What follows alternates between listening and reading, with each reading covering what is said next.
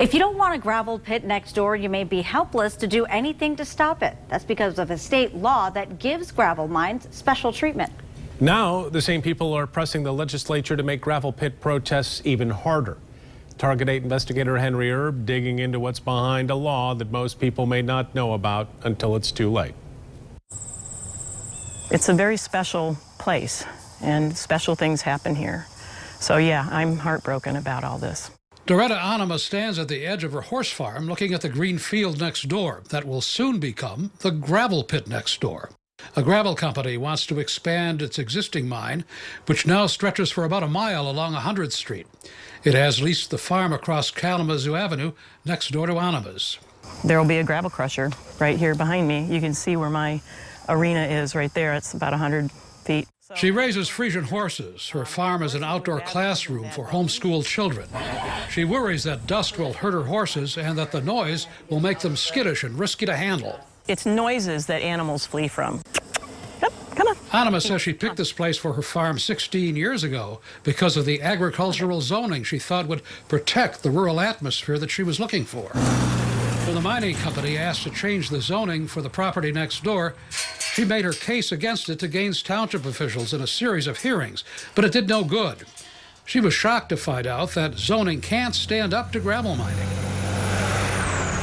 Rules that protect farm and residential neighborhoods from other industrial uses don't work with gravel because state law gives gravel an advantage. It creates a special test. To stop a gravel mine, you have to show that it will cause very serious consequences. So arguments that work against other industrial uses aren't enough against gravel pits. It's not just consequences, because every use has consequences. Not even serious consequences, but very serious consequences. Grand Rapids attorney Ken Vermeulen represents the Gravel Industry Association in Michigan. He ought to know what the law says. I'm told that you actually wrote that. I may have had a hand in writing that. I certainly wrote the first draft. The very serious consequences law makes it harder for local governments to say no to gravel pits. Vermeulen says gravel mines should be given special treatment because they are different. You can only mine gravel where it's located. And gravel is not everywhere, so the industry believes it needs to dig it out wherever it is to keep construction costs down. Interesting. The Gravel Association he represents wanted us to meet Vermeulen on a street where construction was visible, to dramatize their point that without gravel there'd be no concrete and no building.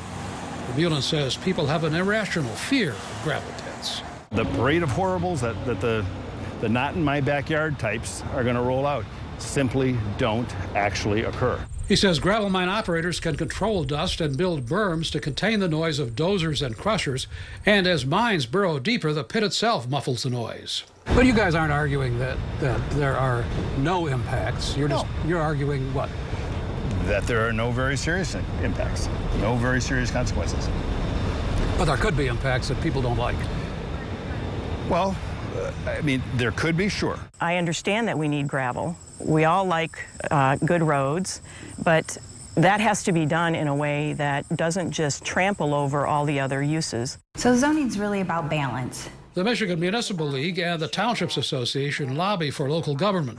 They say the state law ties the hands of local officials who know best how to balance competing land uses in their area. It throws that balance right out the window. And the gravel industry is going for even more control over its destiny. If you have concern that existing law is limiting, this even goes further. Just introduced, Senate Bill 431 would force opponents to show actual unnecessary risk to public health, safety, or welfare to stop a gravel mine.